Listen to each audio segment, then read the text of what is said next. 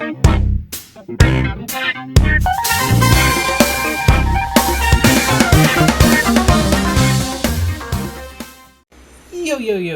what's up everybody? Mullen here, back here with another Coach This video. It's for a friend of mine, Hunter. My bad, man, about taking so long. I've been a little MIA and I apologize. I hope you enjoy. Here's the video.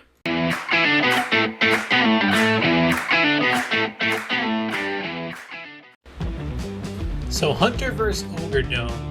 Friends of both of these guys. World War Doh with the cheerleaders and then the mad scientist. Good job on nighttime so he can move in. Ogre blocks him with the teleport. He jumps in. If you ever do that, just be careful reaching. You never know if the person could have a witch. Sometimes you might want to hold off the reach, especially at the beginning, until you know if they have one or not. Also, I don't think Hunter has antifreeze in his deck, but if he used it right on his fish tank, he could just pretty much put that back to full health and be able to get the rest of his piranhas out, and World War Doh would have just backed down and left after that point.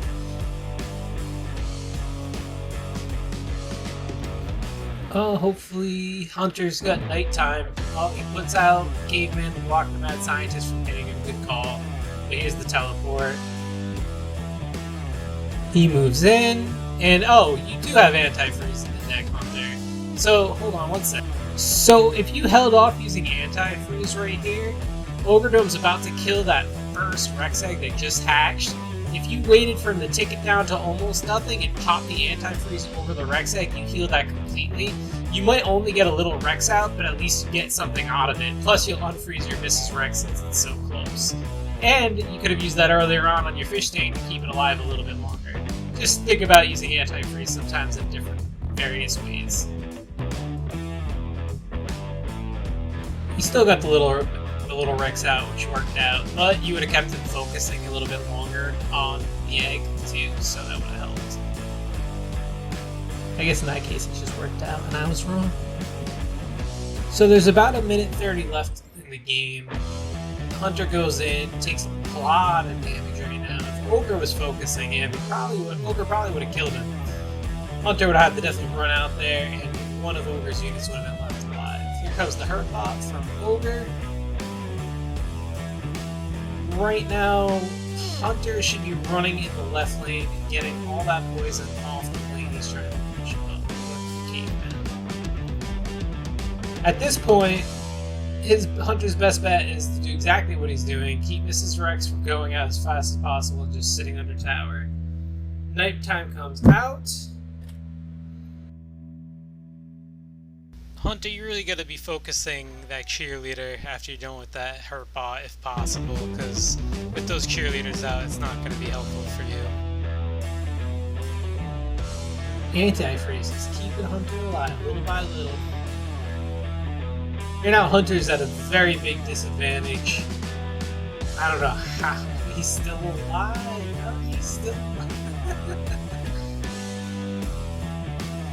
Oh, the heal comes in. Nighttime is. Oh my god.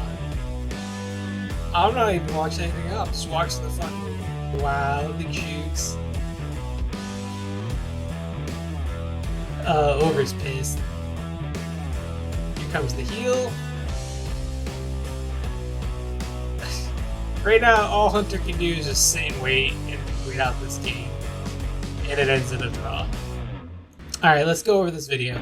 So as you can see, towards the end, Hunter was very overwhelmed at the end of that, which ended in a draw.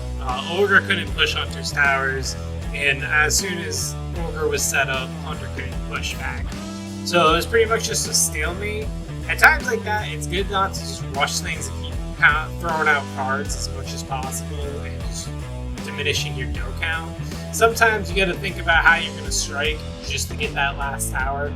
Hunter had teleport. If he didn't take so much poke, he could have probably had enough health to go in there in the last seconds and maybe do something. The problem was the cheerleaders. Whenever you go against cheerleaders, the best thing you can do is not let them get stacked up. Go in there and do as much damage as you can and kill them, and just make sure they have to keep pumping those cheerleaders out. Don't let them sit, because as soon as the cheerleaders start getting set up, you're probably going to end up losing that game, or it's going to end in a draw like so. Also, be wary of Witch when you go in there with cheerleaders. A lot of people that use cheerleaders use Witch, just so if you go in there with rage, which a lot of people like to do, and that's why I would recommend using Shutdown. So if they put it over by the damage tower, you just go over there, shut down on the damage tower, kill off the cheerleaders, and then just leave. And maybe start your push right there instead of going after the health tower like a lot of people like to do at first. Alright, let's go to the next video. Alright, game number 2. Again, Hunter vs. Ogre Dome. I'm pretty sure this is a back-to-back game if I remember correctly. So when you start a game off like this, Hunter did a good call. When your enemy's pushing up, it's best to... Actually, let me just stop it and explain it. So if you have trouble with someone who pushes a tower right at the beginning, whether they teleport in or they just move in like this, it's always best to wait and hold off to do anything until you see exactly what they do and what they put out, then you can counter it. What I like to do in this situation is I use Caveman and Witch in my deck. Now, you don't need to use Caveman, you can Major Fire or Buck in this case, so that you can actually play off a really good combo. So, when they move in and they rage like Ogre's doing currently, what I like to do is I put Caveman right behind him, and I specifically put Caveman first. And then I put Witch. So if you're going to drop something, make sure you have enough mana to drop both of them right behind the enemy. Because what happens is they're raging and they're just taking damage from Buck right behind them. And plus the Witch, even though Witch's damage isn't really too much of anything. So with them being right behind them, 7 out of 10 times the enemy is going to turn and start raging to kill off whatever unit you put behind him so the damage doesn't keep coming.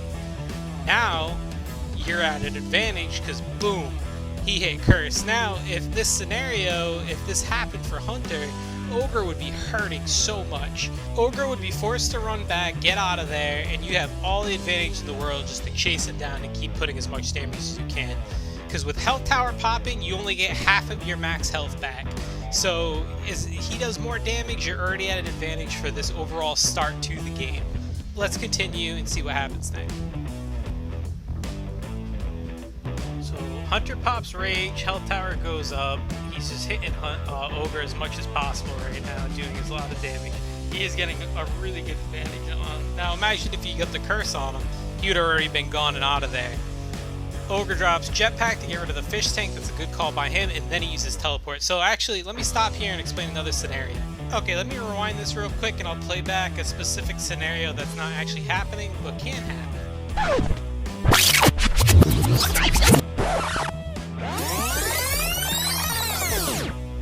So let's hypothetically think that Ogre here used teleport to move in to this specific scenario.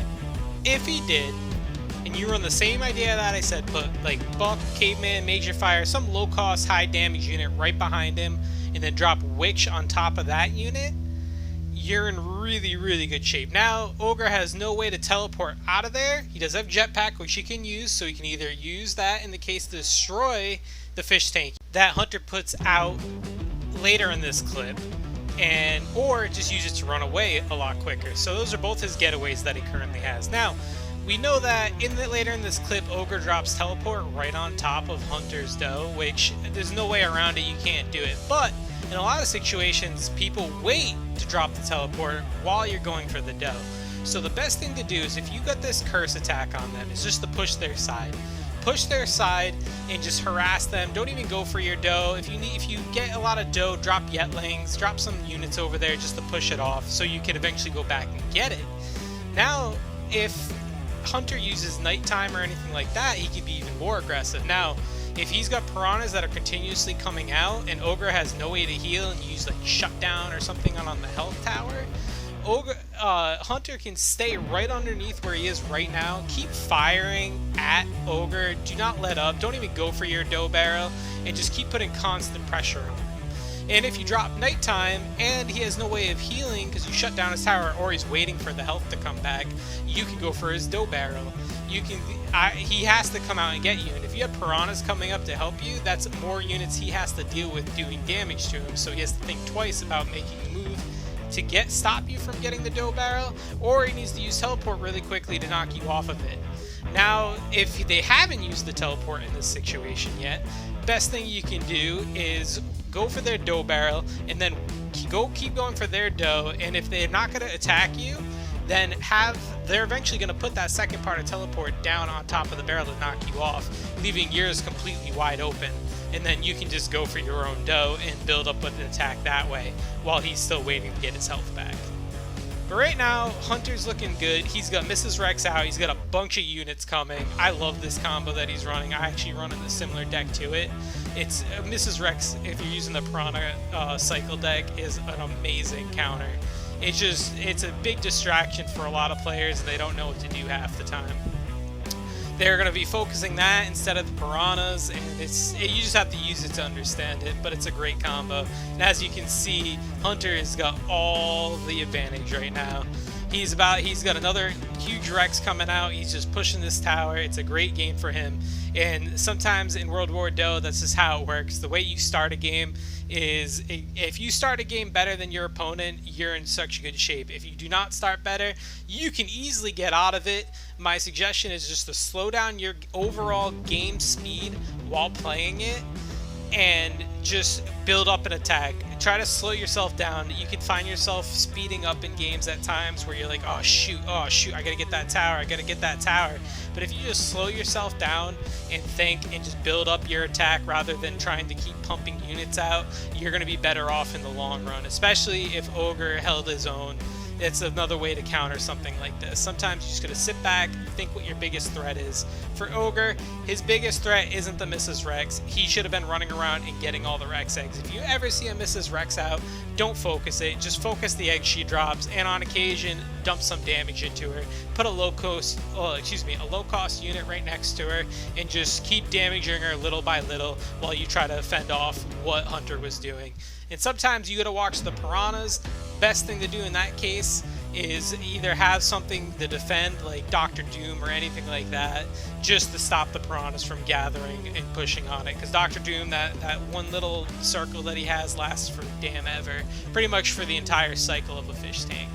Some advice for Hunter: when using this deck, I like to use Shutdown. If you can find room in your Shutdown, it's fantastic, especially if you're using Mrs. Rex. What I like to do when using this deck is I'll wait until I have Mrs. Rex in my hand, just throwing out a unit here, a unit there. Sometimes you just gotta jump right into fish tank, but if you can wait for that Mrs. Rex to come, what I like to do is shut down the rage tower so your opponent can't rage. If you already did, you're in good shape. So you shut down that rage tower if he has not already. You wait your dough to come back up, then drop Mrs. Rex, and then start going for your dough barrel. If you can do that right at the beginning of a game, and then be able to pump out Piranhas on like the other side, or even the same side that you drop Mrs. Rex. Either way, they can't use rage. You got Mrs. Rex out there, more time for your egg to come out and hatch, and it's just a good way to push. I find it works really well. I've done it a lot at the top players, except for Lamb. Lamb, I can't beat your friggin' high-level Piranha tank yet, but one day, I promise I will. But Hunter, I hope this helps. I'll put up some of my gameplay eventually and be able to show you exactly how I use it. I'll show you the scenarios I'm talking about, well, to all of you really. So I'm only going to record myself playing against people that I think are at the top players and show that. I don't want to just throw myself against some level 9s for you to watch me just poop on. Hey, but I have fought some level 9s that put up a really good fight, so hey, it can happen. But I think that's enough advice for now. If you guys need any help at all in games, please feel free to contact me. I'm always more than happy to drop some knowledge in whatever way I can help you guys get better at World War Doh. I hope to see you guys out there. Be safe. Later.